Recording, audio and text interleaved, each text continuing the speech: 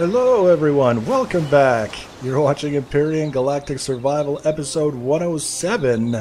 I'm Enigmius and today you're in for a treat. It's the first time in a very long time that we've done a live walkthrough for any part of any of our ships.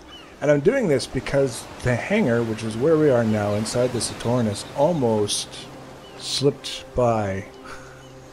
I almost completely forgot about it. I was so involved in everything that was going on in the superstructure of the ship that the hangar just was kind of sitting down here doing nothing, incomplete, and very much wanting to be complete. So that's what I've been focusing on because it was a good warm-up for everything else that we're going to be doing. And I decided that since it's pretty much done now, that it would be a good time to do a tour of it because the superstructure of the ship, the area above the hangar, is going to take a while to do all of the detailing and everything that I want to do.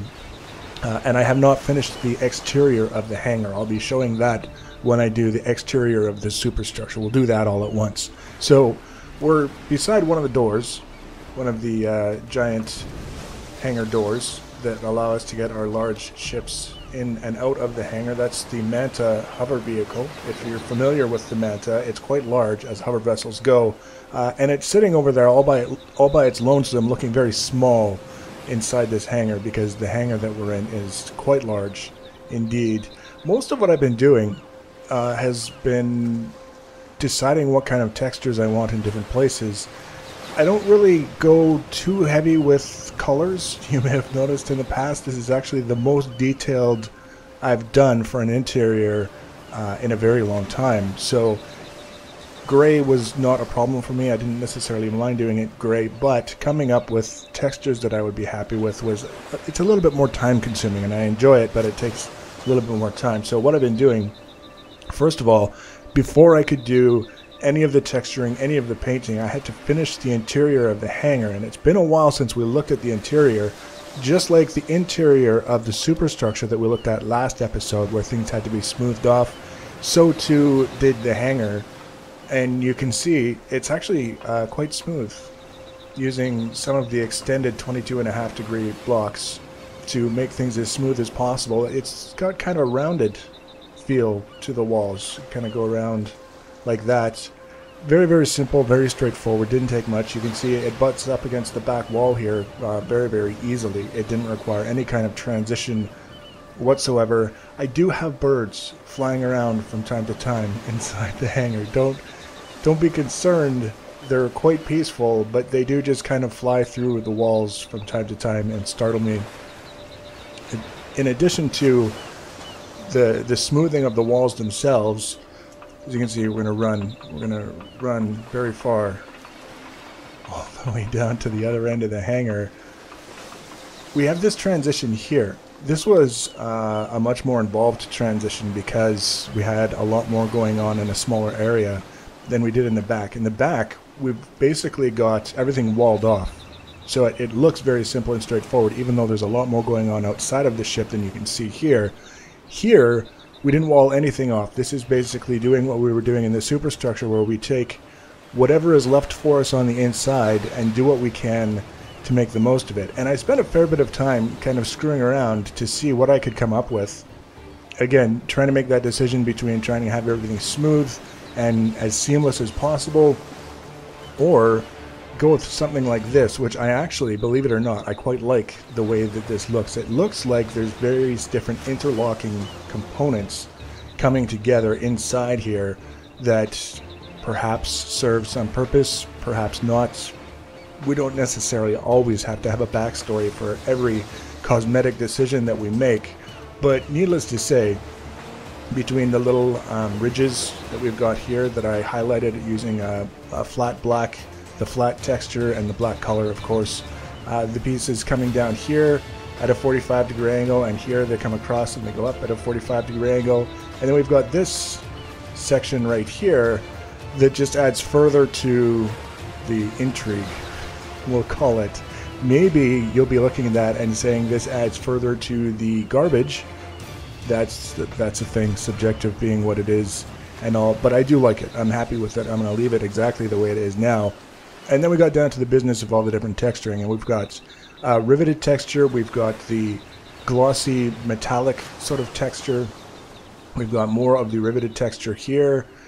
Up on the roof is where I spent an amount of time that surprised me, because it's the roof and it's way up there, and you think, how often are you actually going to look up and see what's going on the roof? But for whatever reason, every time I looked at it, I thought, I don't want to just leave one texture, one color with lights attached to it. That's not very interesting. So I started messing around with different textures. I added some rows of the girder sort of blocks, the trellis, something, you know what I'm talking about. They're not structural, they're entirely cosmetic. They don't do anything for the ship.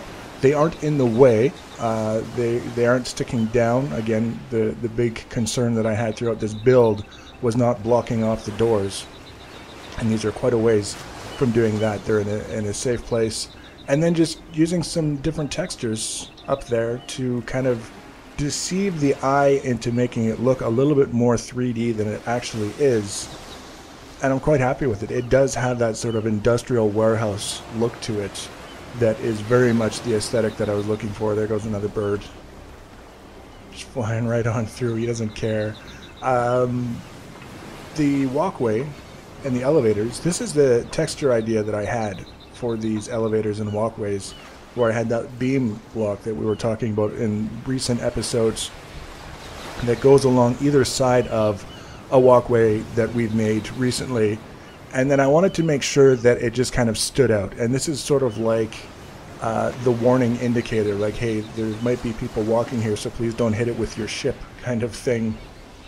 And I really like the look of it, between the color and the way it pops with the texture, the location where it is, the fact that they're just narrow little strips, plus the glass sort of barriers. They're running down the side or towards the back wall of the elevator, and then of course on the walkway they're running along the floor. And then just the glossy gray finishing it off for the walkway under here. When you look at it, it does again have that sort of industrial look to it. It makes it look like it's more than just bits and pieces that we put together in our space Lego construction.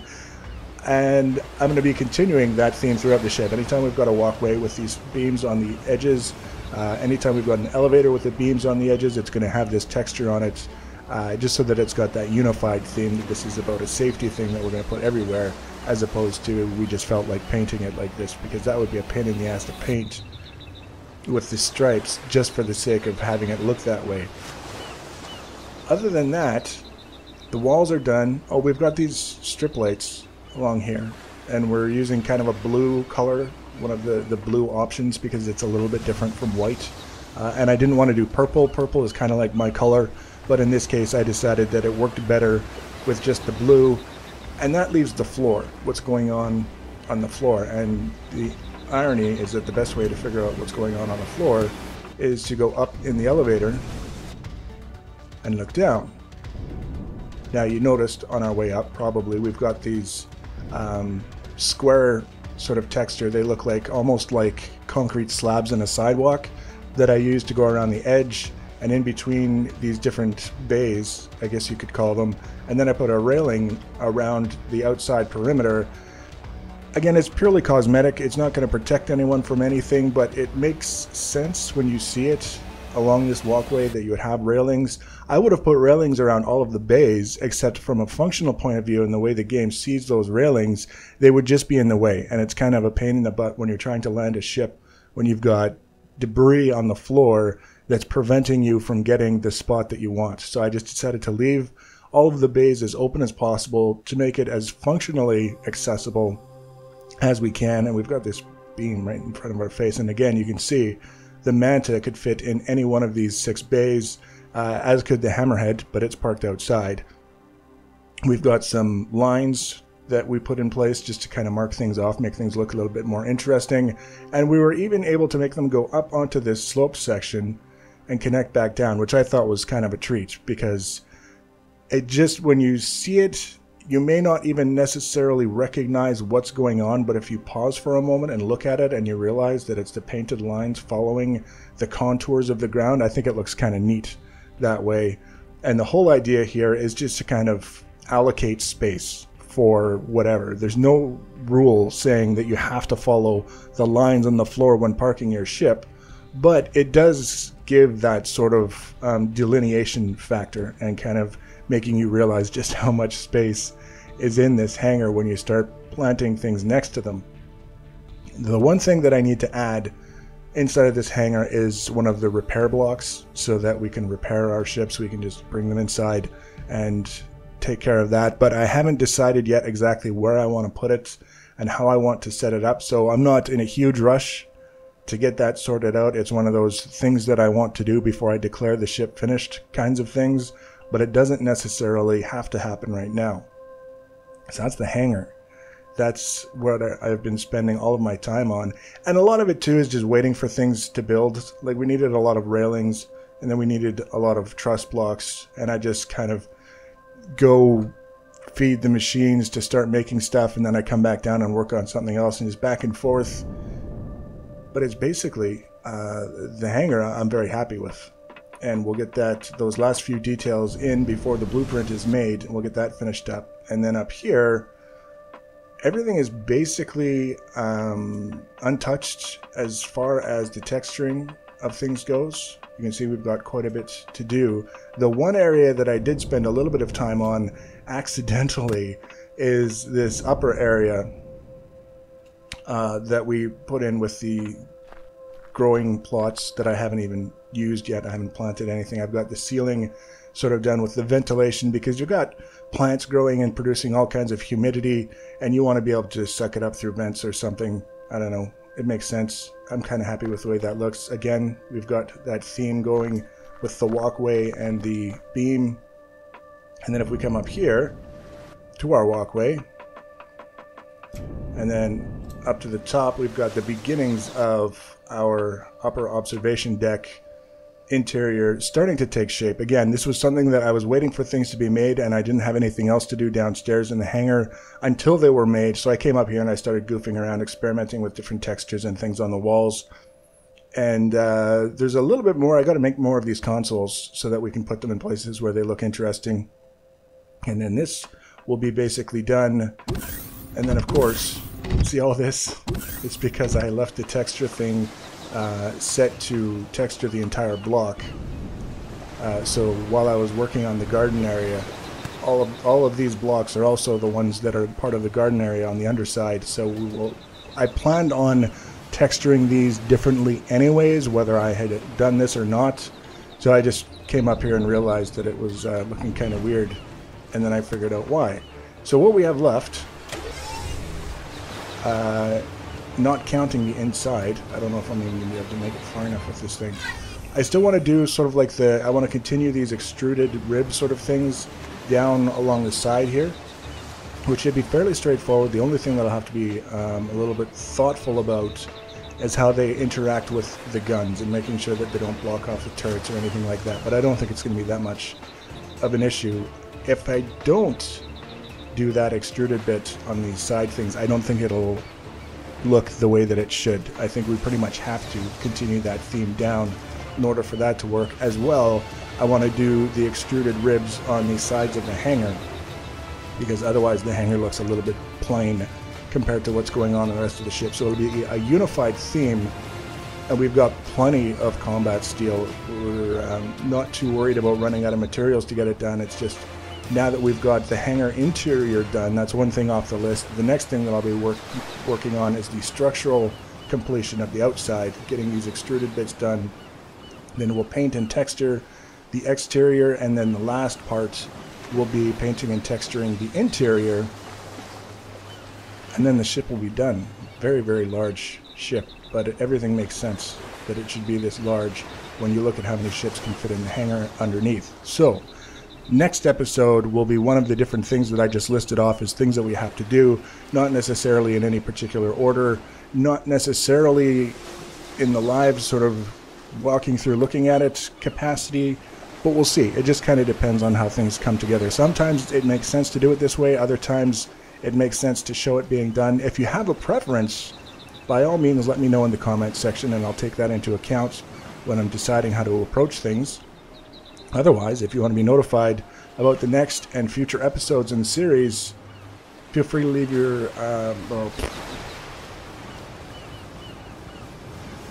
Otherwise, if you want to be notified about the next and future episodes in this series and future build series, the easiest way to do that is to subscribe to my channel or follow me on social media. Links for social media are in the information section below the video. Feel free to leave your comments and feedback. Thanks for watching, guys, and take care.